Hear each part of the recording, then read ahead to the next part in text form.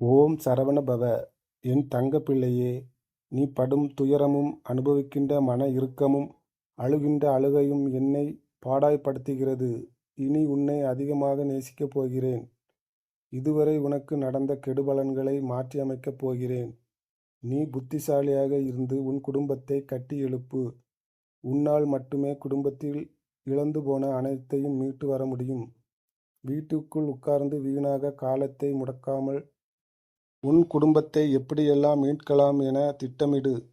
பிறர் உன்னை கேலி பேசுகிறார்கள் என்று, குறை கூறுகிறார்கள் என்று கவலைப்படாதே.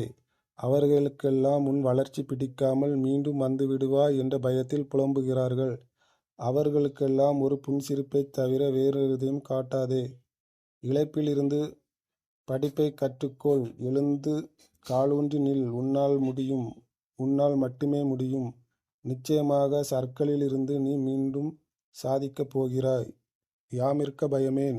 ஓம் சரவண பவ! வெற்றி நிச்சயம்.